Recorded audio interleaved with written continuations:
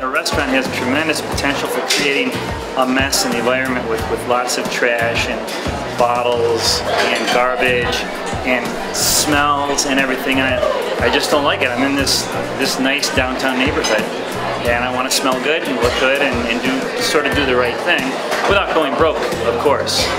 We worked with the Devon's Eco-Efficiency Center on a special project to increase food diversion from restaurants in the Devon's area and surrounding towns. And we worked with the Gardner Ale House to set up their food waste diversion program that is going for animal feed. We don't just take a plate and scrape it into a bucket. We take a plate and we scrape it into 3 buckets just as quickly as we scraped it into 1 bucket. Composting is very easy. It's just as easy as throwing stuff away, essentially. It doesn't really add any extra time to our day. We also calculated costs and benefits of diverting the food out of the trash so that the restaurant would have an idea of costs and benefits. Your group found this hauler up in New Hampshire called Glenn W. Shaw. He has like 7,000 pigs, and I'm sure he got into the hauling just to support the pigs. I don't think he was a hauler to begin with. You'd think, you know, that maybe they would pay you for it, but it doesn't quite work that way just yet. You have to pay them.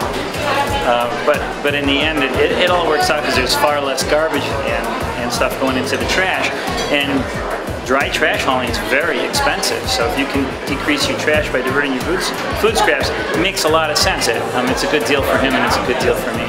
We are recycling like crazy here. Nothing goes into the trash that can be recycled. Even these little plastic ramekins that everybody throws out, they're all recyclable. We actually rinse them and wash them and put them in the recycling.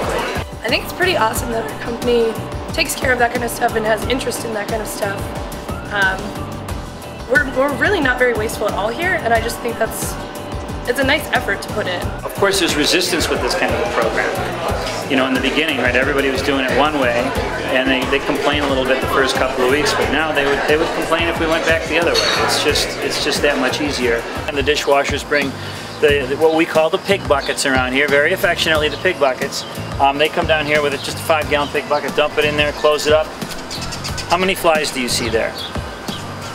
No flies. So we've gradually moved in this direction of having more volume in recyclables in general than we do in trash. And right behind me here is our only trash dumpster, which is a 6 cubic yard trash dumpster.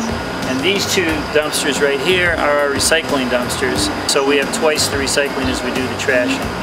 The tonnages that Rick was talking about of diverted food waste would certainly put the ale house subject to the new commercial organics waste ban. But he's already taken care of it, and that wasn't his initial motivation. But it turns out he's got a program established before the October 1st deadline, and he's in full compliance. And I could go on forever, but I'll stop.